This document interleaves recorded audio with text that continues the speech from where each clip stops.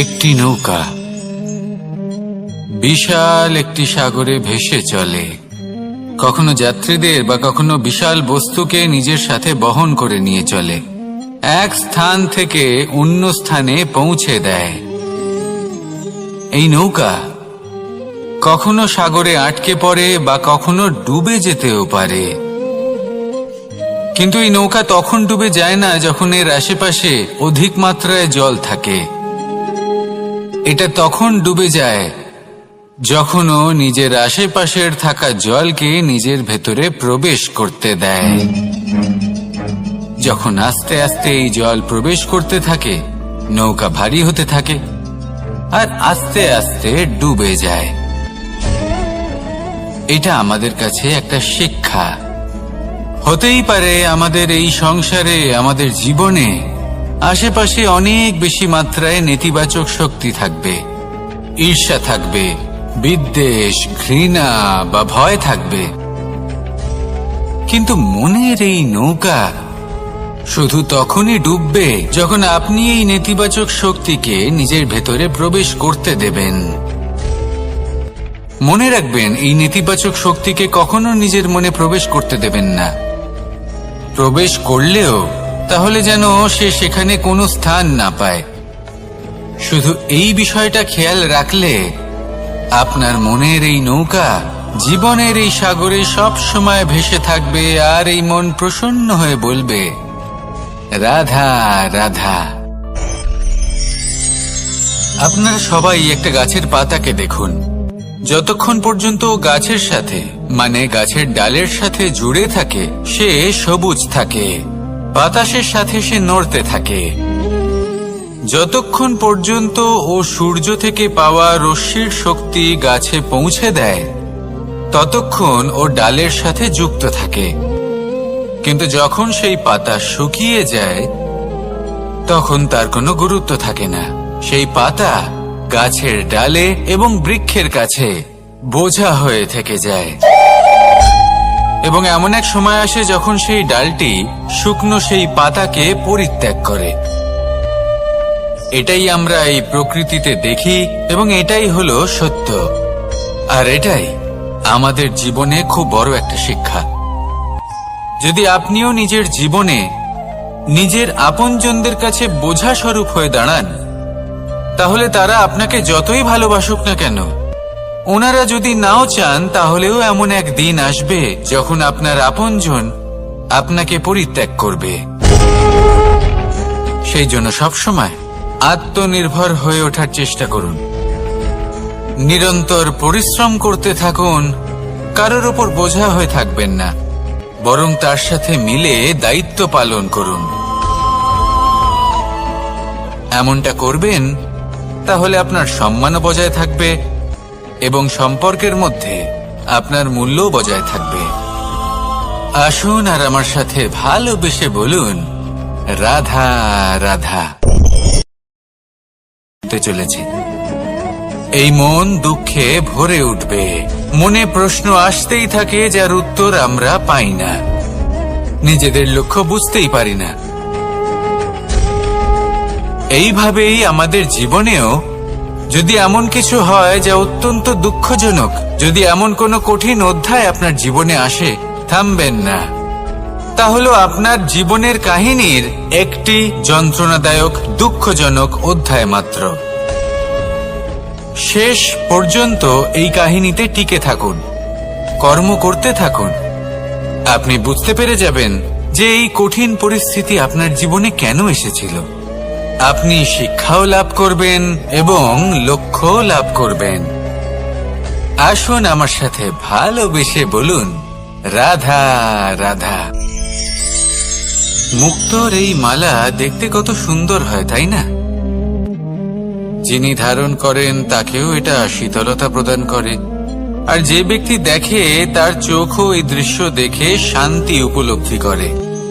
কিন্তু ভাবুন, যদি এমন কিছু হয় যে সুতো দ্বারা এই মুক্তোর মালা তৈরি হয়েছে সেটা কেউ ছিঁড়ে দেয়, তাহলে এই মুক্তোর মালা ছিঁড়ে যাবে আর সমস্ত মুক্তো মাটিতে পড়ে যাবে, ছড়িয়ে পড়বে। তখন কি আমরা এটা ভাববো যে এটা তো মাটিতে পড়ে থাকা বস্তু, এটা আমি তুলবো না? ভাববো না, তাই না? আমরা নিচু হয়ে একটা মুক্তো কুড়িয়ে নিই এবং আবার এদের সুতোর মধ্যে প্রবেশ করাই। কেন? কারণ এই মুক্তো হলো বহুমূল্য। এতে কোনো সন্দেহ নেই যে এই মুক্তো হলো বহুমূল্য। কিন্তু এর থেকেও অনেক বেশি বহুমূল্য হলো আমাদের জীবনে আমাদের সম্পর্ক, আমাদের বন্ধু বান্ধব। এই সম্পর্কেও কখনো কখনো বিবাদ হয়, মনোমালিন্য হয়, এগুলোও ছড়িয়ে যায়। আর সেই সময় এই মুক্তোর মতোই নত হয়ে আমাদের এই সম্পর্কগুলিকে হাতে তুলতে হবে, এদের জুড়তে হবে, এদের আগলে রাখতে হবে, কারণ এদের থেকে বহুমূল্য আর কিছুই নেই। আর যদি এই কাজটা আপনি শিখে নিতে পারেন, তাহলে আপনার জীবনের এই সম্পর্ক, এই বন্ধুত্ব সবসময় আপনাকে বল প্রদান করবে, আনন্দ প্রদান করবে। আর এই মন সুপ্রসন্ন হয়ে বলবে, রাধা রাধা। সুখ এবং দুঃখ, এই দুই হলো আমাদের জীবনের অবশ্যম্ভাবী এবং গুরুত্বপূর্ণ অঙ্গ। আমাদের সকলের জীবনে কখনো সুখও আসে, আবার কখনো দুঃখও আসে। আমরা সবসময় ভাবি আমরা কিভাবে সুখ লাভ করব, কিভাবে আমরা দুঃখ থেকে দূরে থাকতে পারি। আর এই জীবনে যা কিছুই ঘটুক না কেন, সে সবকিছু আমরা সুখ এবং দুঃখের মাপদণ্ডে মেপে থাকি। এবার এখানে একটা ছোট্ট বিষয় আছে, এটা ভেবে দেখতে হবে যে কে আসলে সুখী ব্যক্তি। সুখী ব্যক্তি হলেন তিনি যিনি নিজের জীবনে নিজের কর্মের বিশ্লেষণ করে থাকেন, সেই বুঝে পদক্ষেপ নেন। উনি কি করতে চলেছেন সেটা উনি জানেন। আর যদি ওনার কোনো দোষ থাকে বা ভুল থাকে, তাহলে সেগুলো শুধরে নিয়ে এগিয়ে চলেন। সেই জন্য উনি সুখী হন। অন্যদিকে যে ব্যক্তি দুঃখী, তিনি কি করেন? তিনি নিজের উপর নয়, অন্যের উপর নিজের নজর রাখেন যে তিনি কি করছেন, কিভাবে কর্ম করছেন। ওনারা অন্যের নিন্দা করেন, অন্যের সাফল্য দেখে ঈর্ষা করেন, ক্রুদ্ধ হয়ে যান, ওনাদের বাধা দিতে চেষ্টা করেন। সেই জন্যই তো ওনারা দুঃখী হন। এই সংসারে এমন অনেক ব্যক্তি আছেন যারা এই কারণে দুঃখী নন যে তাদের জীবনে দুঃখ আছে। তারা এই কারণে দুঃখ পান কারণ অন্যের জীবন অনেক বেশি সুখের।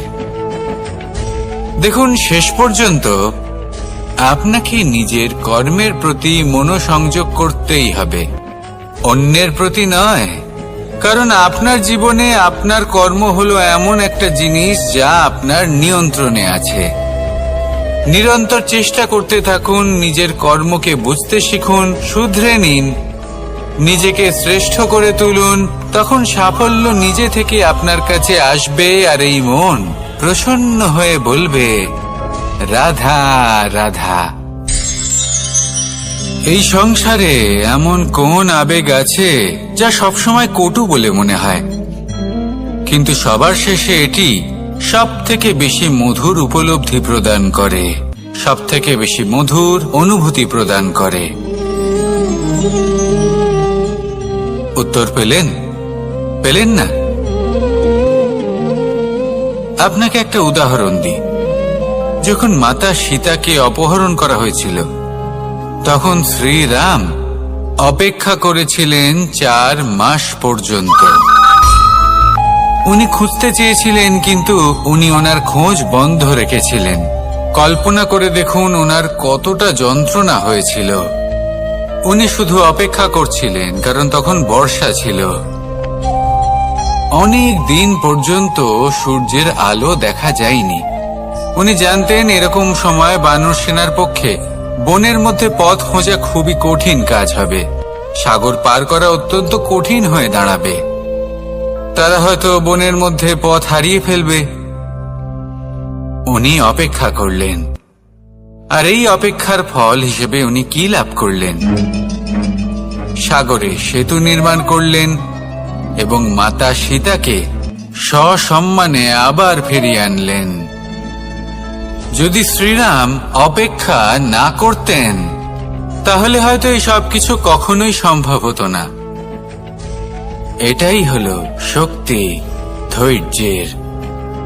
এটাই হলো আমাদের কাছে শিক্ষা। এই ধৈর্যই প্রত্যেকবার আমাদের অত্যন্ত কঠিন বলে মনে হয়। ধৈর্য ধরা অত্যন্ত কঠিন, কিন্তু অবশেষে এটাই সব থেকে শ্রেষ্ঠ ফল দান করে, সব থেকে মধুর উপলব্ধি, সব থেকে মধুর অনুভূতি প্রদান করে। তাই ধৈর্য ধরে থাকুন, সবকিছু শুভ হবে। আর তখন এই মন প্রফুল্ল হয়ে বলবে, রাধা রাধা। এই সংসারে সব থেকে ভয়ানক এবং গভীর অন্ধকার কোনটা? সেটা যখন মেঘ সূর্যকে ঢেকে দেয় এবং সংসার অন্ধকারাচ্ছন্ন হয়ে ওঠে, নাকি তখন যখন সূর্যাস্তের সময় ঘনিয়ে আসে, সূর্য ঢলে যায় এবং এই সংসারে অন্ধকার ছেয়ে যায়, নাকি সেই অমাবস্যার রাত্রি যখন চতুর্দিকে ঘন অন্ধকার থাকে এবং চন্দ্রমার প্রকাশ কোথাও থাকে না? না, এই সংসারে সব থেকে বেশি ভয়ানক অন্ধকার হলো মানসিকতার অন্ধকার। মানসিকতা খুব গভীর একটা বিষয়। এই মানসিকতাই সত্যের রূপ ধারণ করে এবং আমাদের এই মানসিকতা এবং বিবেকে একটা সূর্য থাকে। যদি আমরা এটা জীবন থেকে বের করে ফেলি তাহলে নিরাশা, হতাশা, অসফলতা এর এমন এক ঘন অন্ধকারে আমরা ফেঁসে যাব যে তার থেকে বাইরে বের হওয়া প্রায় অসম্ভব ব্যাপার হয়ে দাঁড়াবে। বড়ই কঠিন হয় সেই সময়। সেই জন্য ইতিবাচক মনোভাব থাকা খুব প্রয়োজনীয়। এটা ভাববেন না যে এটা আমার সাথে কেন হলো, এই সমস্যা কেন এলো, ওই ব্যক্তি আমার সাথে এটা কেন করলেন। এটা ভাবুন যে আমি জীবনে যে পরিস্থিতিতে দাঁড়িয়ে আছি তার থেকে আমি ঠিক কিভাবে বাইরে বেরোতে পারবো। যতই ঘন অন্ধকার থাকুক না কেন, খুব ছোট একটা প্রদীপের প্রকাশ আমাদের পথপ্রদর্শক হয়ে দাঁড়াতে পারে। আর আমাদের জীবনে এই ছোট্ট একটা প্রকাশ হলো আশা। এই আশার একটি কিরণ আমাদের অত্যন্ত গাঢ় অন্ধকারেও পথ দেখাতে পারে। তাই এই আশাকে সব সময় মনে প্রজ্বলিত করে রাখুন। গাঢ় থেকে গাঢ় অন্ধকারের সাথে, কঠিন থেকে কঠিনতর সমস্যার সাথে লড়াই করুন, সামনে এগিয়ে চলুন, আর আমার সাথে ভালোবেসে বলুন, রাধা রাধা। এই সংসারে যখনই কোনো সমস্যা আসে তখন আমরা আমাদের সব থেকে বড় সম্বলের কাছে আশ্রয় খুঁজি, তা হলো আমাদের বিশ্বাস। এবার প্রশ্ন হলো এটাই যে এই বিশ্বাস কার উপর করা যেতে পারে? পরিবারের উপর, বন্ধুর উপর, নাকি তাদের উপর বিশ্বাস করা উচিত যাদেরকে আমরা কখনো সঙ্গ দিয়েছি? দেখুন, এই সংসারে বিপদের সম্মুখীন হলে কে আপনাকে সাহায্য করবে সেটা নির্বাচন করা আপনার হাতে নেই। সেটা সেই সকল ব্যক্তির উপর নির্ভরশীল যে তারা আপনাকে সাহায্য করবে নাকি করবে না।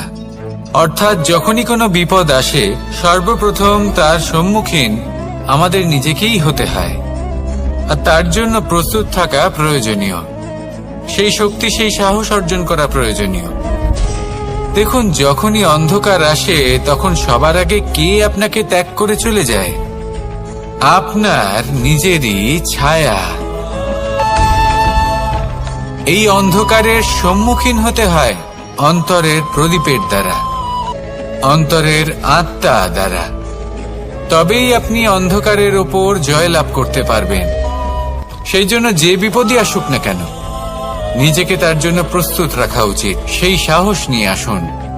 এমন কোনো বিপদ নেই যে আপনাকে ভেঙে দিতে পারে। আসুন আমার সাথে ভালোবেসে বলুন, রাধা রাধা। আমাদের সকলের জীবনেই দুই ধরনের ব্যক্তি থাকেন, বন্ধু এবং শত্রু। তারা হলেন আমাদের প্রিয় বন্ধু, যারা আমাদের জীবনে সবসময় আমাদের পাশে থাকেন। কখনো কখনো আমরা তাদের জন্য কিছুই করি না, তাও তারা আমাদের আনন্দ প্রদান করেন, ভালোবাসা প্রদান করেন। আর অন্যদিকে থাকে আমাদের শত্রু।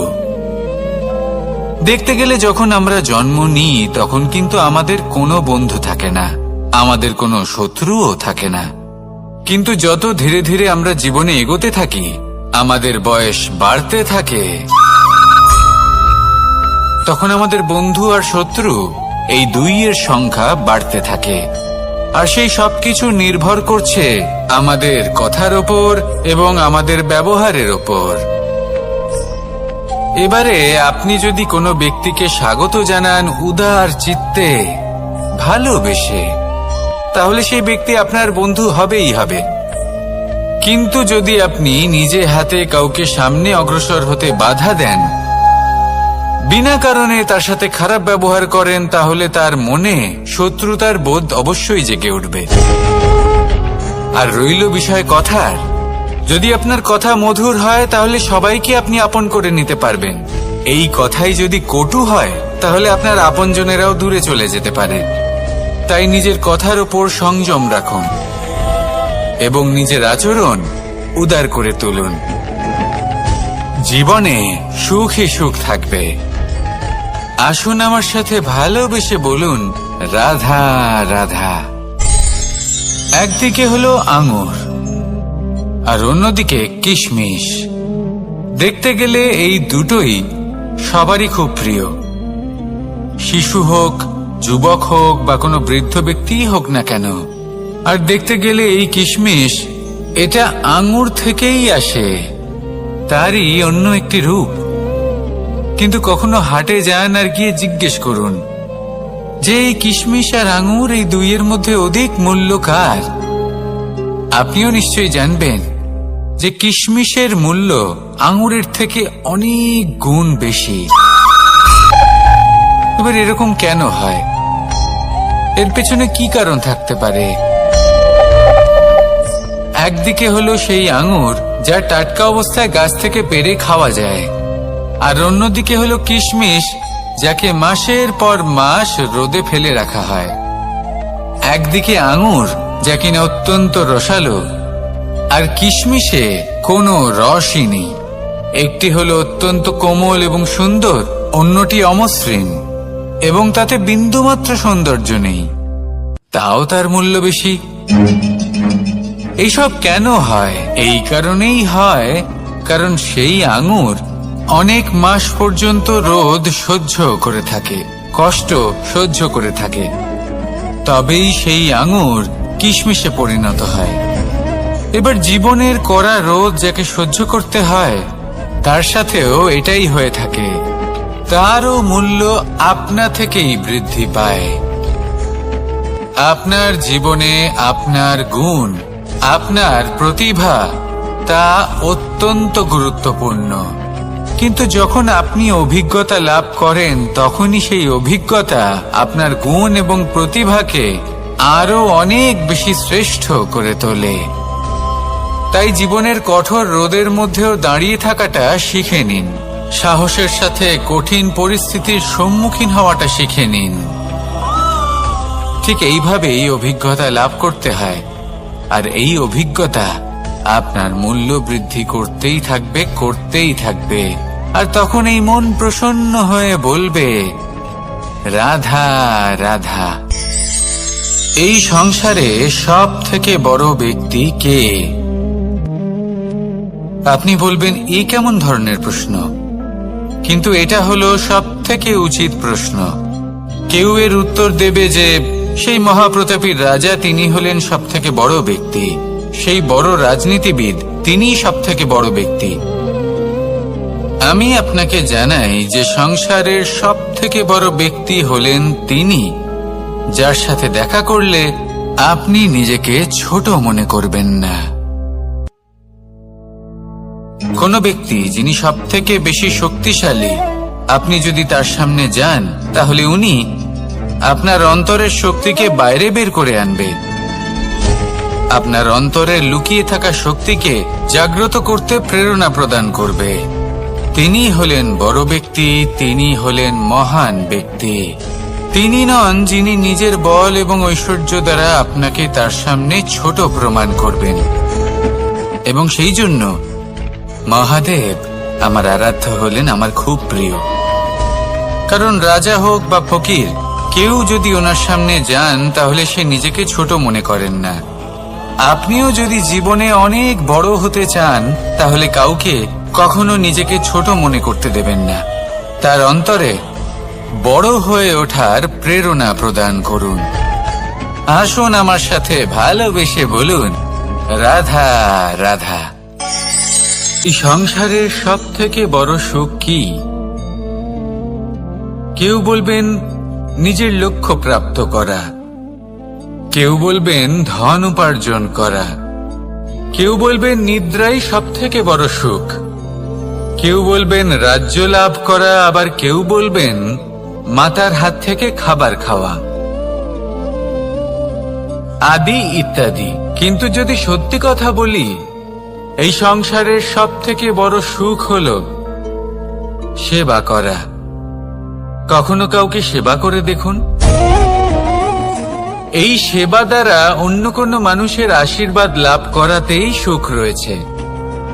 আপনার সেবা ভাব দ্বারা যখন কোনো মানুষ নিজের অন্তরাত্মা থেকে আপনাকে আশীর্বাদ করে, তার থেকে বড় সুখ আর কিছুই নেই। কারণ প্রত্যেক মানুষের মধ্যে ঈশ্বর বাস করেন। নরের সেবাই হল নারায়ণের সেবা। নিষ্কাম সেবা করাই হল সব থেকে বড় সুখ। তাই নিজের অন্তরে সেবার এই ভাব জাগ্রত করুন। যে সুখের কথা আমি বলছি, সেই সুখ অনুভব করেই দেখুন। এই মন সুপ্রসন্ন হয়ে বলবে, রাধা রাধা। বাহ! পুষ্পের সুবাস আমার খুব ভালো লাগে। অত্যন্ত সুন্দর হয় এই পুষ্প। এইভাবে চারিদিকে পুষ্প দেখে মন আনন্দিত হয়ে ওঠে। এবার আপনারা ভেবে দেখুন, আমার চারিদিকে পুষ্প নয়, আগুন আছে। তাহলে কি হবে? আমার শরীর কি জ্বলে যাবে না? অবশ্যই জ্বলবে। শরীরকে কি আগুনের তাপ সহ্য করতে হবে না? অবশ্যই সহ্য করতে হবে। এটাই হলো প্রকৃতির নিয়ম। এই নিয়ম কিন্তু আমরা সবাই জানি, কিন্তু আমাদের মধ্যে বেশিরভাগ মানুষ এই বিভ্রান্তি নিয়ে বাঁচি যে এই যে প্রকৃতির নিয়ম, তা আমার ওপর প্রযোজ্য নয়। তা কিন্তু নয়। আমাদের চতুর্দিকে এই যে নিসর্গ রয়েছে, আমরা তার কতটা ক্ষতি করি সেটা একবার ভেবে দেখুন। আমরা বনাঞ্চল জ্বালিয়ে দিই, বায়ু দূষিত করি, জল দূষিত করি, প্রাণীদের হত্যা আমরা করি। কেন? এই নিসর্গ আমরা নষ্ট করি, যদিও আমরা জানি যে আমরাও হলাম এই নিসর্গেরই অংশ। এবার দেখুন, শরীরের কোনো অংশে যদি আগুন ধরান, আস্তে আস্তে সমস্ত শরীরও জ্বলে যাবে। সেইভাবেই নিসর্গ যদি নষ্ট হয়ে যায়, তাহলে মনুষ্য জাতিও নষ্ট হয়ে যাবে। তাই এই যে নিসর্গ আপনি দেখছেন, এই পুষ্প, এই বৃক্ষ, বায়ু, জল, এদের সকলকে রক্ষা করুন, নষ্ট নয়। মনে রাখবেন, যদি নিসর্গ থাকে মানুষ থাকবে, যদি নিসর্গ থাকে তাহলেই জীবন থাকবে। আসুন আমার সাথে ভালোবেসে বলুন, রাধা রাধা। এই সংসারে সবাই বলেন আমি অর্জুনের মতো হয়ে উঠতে চাই। সবাই চায় যে তারাও যেন অর্জুনের মতো গান্ডীব লাভ করে। তারাও চায় যে তাদেরকেও মহাদেব এসে পশুপতি অস্ত্র দান করবেন। তারাও এটাই চায় মহাভারতের মতো মহাসংগ্রামে বিজয়ী হতে। কিন্তু সবাই ভুলে যান যে অর্জুন যা হতে পেরেছিলেন সবকিছুই অর্জন করেছিলেন। যদি আপনিও অর্জুনের মতো গান্ডীব লাভ করতে চান, তবে আপনাকেও তার মতোই শ্রেষ্ঠ কাঠ নির্বাচন করতে হবে, সেই কর্ম আপনাকেই করতে হবে। তার প্রত্যঞ্চা যাতে তীব্র হয় তার জন্য আপনাকে সর্বশ্রেষ্ঠ দড়ি খুঁজে বের করতে হবে। আপনার বাণ যাতে ঘাতক হয় সেই জন্য আপনাকে নতুন নতুন ধাতু খুঁজে বের করতে হবে, সেই শিক্ষা আপনাকে লাভ করতে হবে, তবেই আপনার ইচ্ছে পূর্ণ হবে। অর্জুন হওয়া বড়ই সরল যদি আপনি কিভাবে অর্জন করতে হয় তা জানেন। শুধুমাত্র স্বপ্ন দেখেন যারা, তারা কখনোই অর্জন করতে পারবেন না। কিন্তু যদি কেউ অজ্ঞাতবাস ভোগ করতে পারে, যদি কেউ লাক্ষাগৃহ থেকে পালিয়ে বাঁচতে পারে, যদি কেউ কঠোর তপস্যা করতে পারে, প্রতীক্ষা করতে পারে এবং পরিশ্রম করতে পারে, তাহলে সে অর্জুন অবশ্যই হয়ে উঠবে। যদি আপনি অর্জুন হয়ে উঠতে চান তাহলে কর্ম করতে শিখুন আর আমার সাথে ভালোবেসে বলুন, রাধা রাধা। জীবন থাকলে লক্ষ্য অবশ্যই থাকবে। যদি লক্ষ্য থাকে তার পথ অবশ্যই থাকবে। যদি পথ থাকে তাহলে বাধা অবশ্যই থাকবে।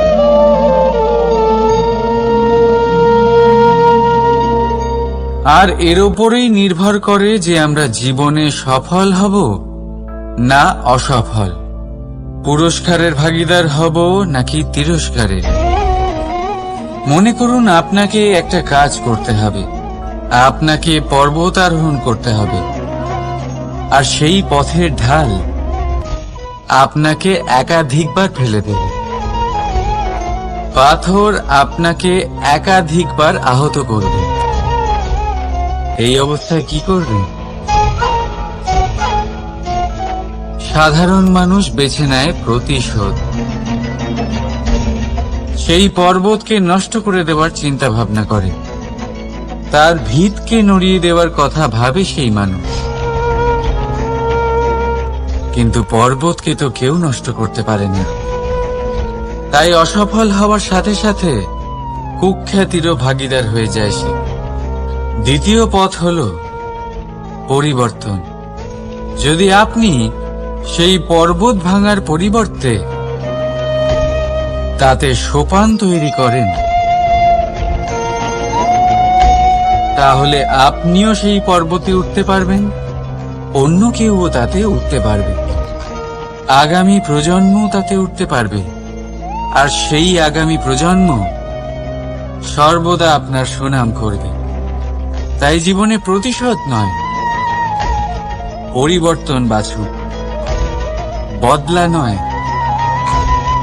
বদল বেছে নিন। আপনার বাধা আপনার বন্ধু হয়ে যাবে। রাধা রাধা। সমস্ত মানুষের জীবন কিছুটা সমান হয়। মানুষ জন্মগ্রহণ করে, তারপর চলতে শেখে, জীবনে এগিয়ে চলে, বার্ধক্য লাভ করে, তারপর সমাপ্ত হয়ে যায়। কিন্তু সেই ব্যক্তিরা কারা যারা প্রকৃত অর্থে মনুষ্য জীবন যাপন করেন?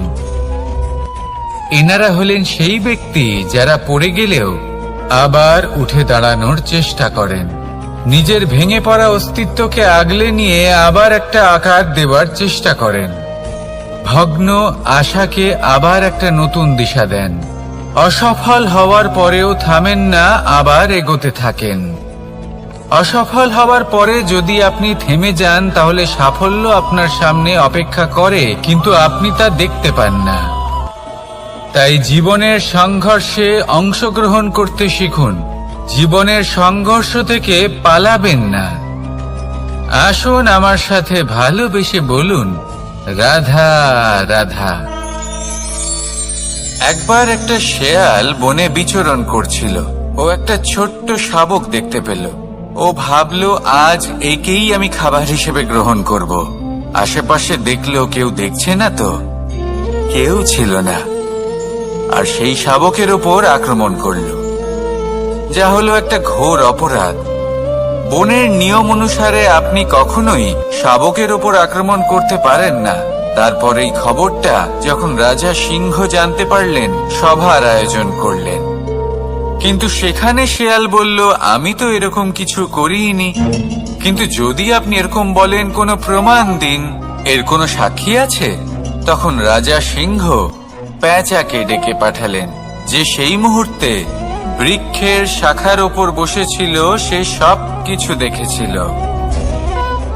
পেঁচা সব সত্যি কথা বলল, আর শেয়ালকে মৃত্যুদণ্ড দেয়া হলো। এবার এই কাহিনী আমি আপনাকে কেন শোনালাম?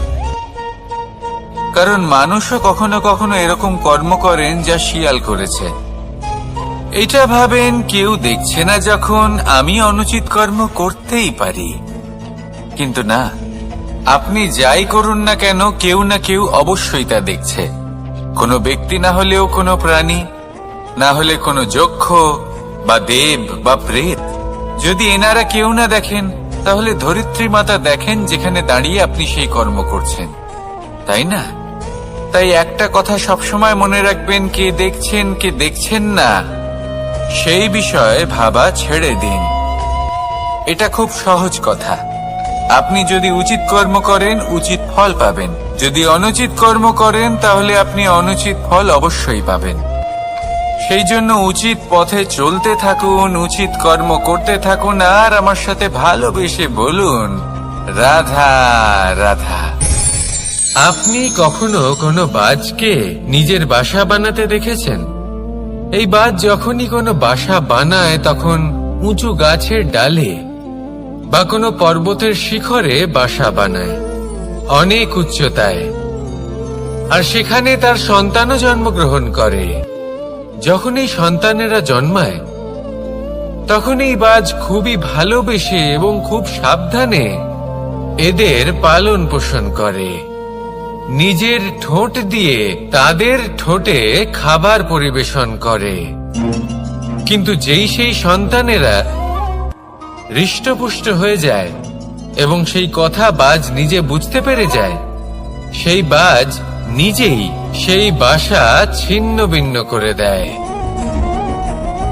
সেই সন্তান যাদের সবেমাত্র ডানা গজিয়েছে, কিভাবে উড়তে হয় তারা জানে না, সেই সন্তানগুলিকে উচ্চতা থেকে ঠেলে দেয়। সেই সন্তান প্রথমে ভয়ভীত হয়ে যায়। তারা সামনে মৃত্যুকে দেখতে পেয়ে ভয়ের কারণে তাদের ডানা ঝাপটাতে থাকে। আর সেই প্রক্রিয়াতেই সেই সন্তানগুলি উড়তে শুরু করে দেয়। এবার এই ঘটনায় আমরা কি শিক্ষা পেতে পারি? এটাই, যদি আপনি মাতা পিতা হন, তাহলে নিজের সন্তানকে অবশ্যই স্নেহ করুন, কিন্তু তাদেরকে নিজের আঁচলের তলায় বেঁধে রাখবেন না। যদি আপনি চান আপনার সন্তান জীবনে উন্নতি করুক, তাহলে নিজের মুঠো থেকে তাদের স্বতন্ত্র করে দিন। এই সংসারে সংঘর্ষ করতে দিন। সেই সন্তান নিজেই বুঝতে পারবে যে জন্মের সময় পাওয়া ডানা কি করে ব্যবহার করতে হয়।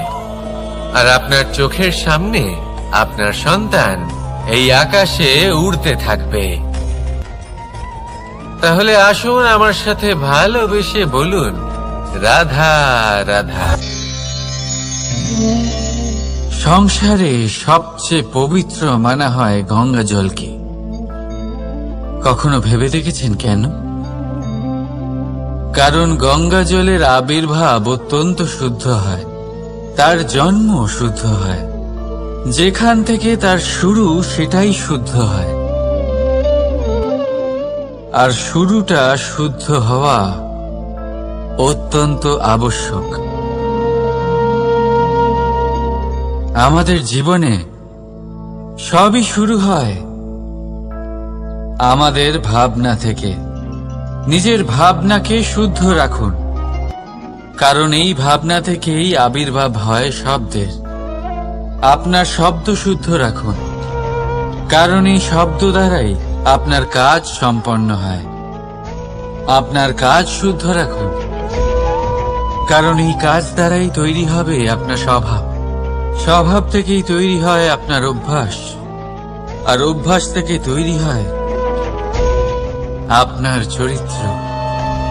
আর এই চরিত্র সংসারের সমক্ষে এক আদর্শ হয়ে ওঠে।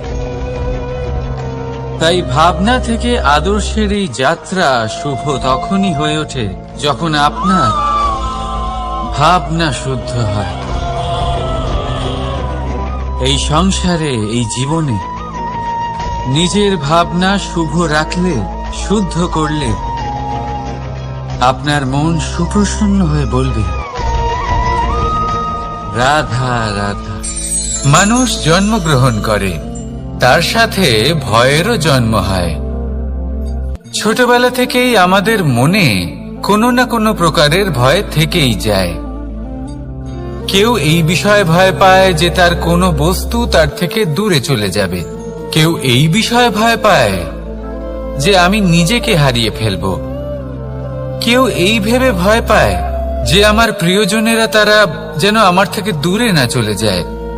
কেউ এই ভেবে ভয় পায় যে আমরা যেন পথ না হারিয়ে ফেলি, আদি ইত্যাদি। কিন্তু সত্যি কথা বলতে, ভেবে দেখুন এই ভয় বাস্তবে কি?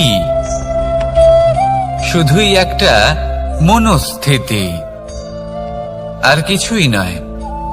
যা কিছু আপনি জীবনে পেয়েছেন তা একদিন আপনাকে হারাতে হবে। এই জীবন হলো আপনারই, কিন্তু তাও একদিন সমাপ্ত হবে। তাই ভয় পেয়ে কি লাভ? এই ভয় শুধু আপনাকে জীবন যাপন করা থেকে বাধা দিচ্ছে, আর কিচ্ছু নয়। পথ হারিয়ে ফেললেই বুঝতে পারবেন যে নতুন পথ কিভাবে বানাতে হয়। কিছু মানুষকে জীবন থেকে হারালে তবেই আপনি বুঝবেন যে আপনার আপনজনকে। এই ভয়ের কারণে ভীত হয়ে থাকবেন না। এই তারা নক্ষত্র অন্ধকারের অভাবে গুরুত্ব হারায়। শিবকেও মহাদেব হবার জন্য বিষপান করতে হয়েছিল। প্রত্যেক পরিস্থিতি, প্রত্যেক সাফল্য আপনার পরীক্ষা নেবে। তাতে উত্তীর্ণ হওয়া হলো আপনার কর্ম। যখনই আপনি ভয় পাবেন বা সংকটের সম্মুখীন হবেন, তখন সাহসের সাথে তার সম্মুখীন হন। মনে রাখবেন, যে সম্মুখীন হতে জানে, সাফল্য তার সাথে সবসময় থাকে। আসুন আর আমার সাথে ভালোবেসে বলুন, রাধা রাধা। আমাদের হাতটা দেখুন। এই হাতে 5টা আঙুল আছে, যা ভিন্ন ভিন্ন ধরনের। একরকম কেন নয়? কারণ হলো প্রত্যেকের নিজের নিজের গুরুত্ব আছে, নিজের নিজের মাহাত্ম্য আছে। এরা ভিন্ন, তাই একত্রিত হয়ে মুষ্টিবদ্ধ করা সম্ভব, যার দ্বারা আমরা আত্মরক্ষাও করতে পারি, আবার আক্রমণও করতে পারি। যদি 5টি আঙুল সমান হতো, তাহলে মুষ্টিবদ্ধ হতে পারত না, নিজেদের মধ্যে বিভ্রান্তির সৃষ্টি করত। এবার এরকমই কিছু আমাদের সংসারেও হয়। আমাদের দেশ, যেখানে একটি ভূমির ওপর ভিন্ন ভিন্ন ধর্মের মানুষ বাস করেন, ভিন্ন ভিন্ন জাতি, ভিন্ন ধর্ম, ভিন্ন ভাষা। কিন্তু যদি আমরা এটা ভাবি যে কিভাবে এই দেশকে কল্যাণের পথে নিয়ে যাওয়া যায়, কিভাবে এর বিকাশ করা সম্ভব, তাহলে আমাদের একত্রিত হওয়া শিখতে হবে। যেইভাবে 5টা আঙুল একত্রিত হয়, মুষ্টিবদ্ধ হয়, সেইভাবেই আপনার যে ভাষাই হোক, যে ধর্মই হোক, যে জাতি হোক না কেন, ঠিক আছে, আবশ্যক হলো আপনার নিজের কর্মভূমির সাথে, আপনার ধরিত্রীর সাথে যুক্ত থাকা, সাথে থাকা। তবেই দেশের উন্নয়ন সম্ভব। তবেই এই দেশ স্বতন্ত্র থাকবে, সফল হবে, আর এই মন প্রসন্ন হয়ে বলবে, রাধা রাধা। আমাদের সকলের জীবনে একটা লক্ষ্য থাকে, যেটা আমরা লাভ করতে চাই। ঠিক যেন একটা প্রতিস্পর্ধা বিদ্যমান যে কে সব থেকে আগে নিজের লক্ষ্যে পৌঁছতে পারবে। আর সেই জন্য আমরা সকলেই খুব তাড়াতাড়ি এগোতে চেষ্টা করি, বড় এবং দীর্ঘ পদক্ষেপ ফেলি, যাতে তাড়াতাড়ি নিজের লক্ষ্যে পৌঁছতে পারি। কিন্তু এক অত্যন্ত গুরুত্বপূর্ণ বিষয় আছে। সবসময় লক্ষ্য সামনে থাকবে না, কখনো কখনো তা খুঁজতে হয়। এই যাত্রা খুব কঠিন হতে পারে। আর ঠিক এই কারণেই সবসময় দ্রুত গতিতে চলা বা তাড়াতাড়ি পথে চলা সেটা আবশ্যক নয়। তার থেকেও বেশি গুরুত্বপূর্ণ হলো ভেবেচিন্তে তারপর পথ চলা। যদি ভেবেচিন্তে পদক্ষেপ ফেলেন, চলতে পারেন, তাহলে সেটাই সর্বশ্রেষ্ঠ পদক্ষেপ। কখন কোন দিকে যেতে হবে, কখন কোথায় দিক পাল্টানো যাবে না, কখন গতি বেশি রাখতে হবে, কখন কম, কখন থামবো, কখন চলবো, এই সব কিছুর বিষয়ে জ্ঞান অত্যন্ত গুরুত্বপূর্ণ এবং ভেবে চিন্তে চলতেই হবে। সেই জন্য শুধু তীব্র গতিতে সামনে এগোলে চলবে না, ভাবনা চিন্তা করে এগোতে হবে। আসুন আমার সাথে ভালোবেসে বলুন, রাধা রাধা।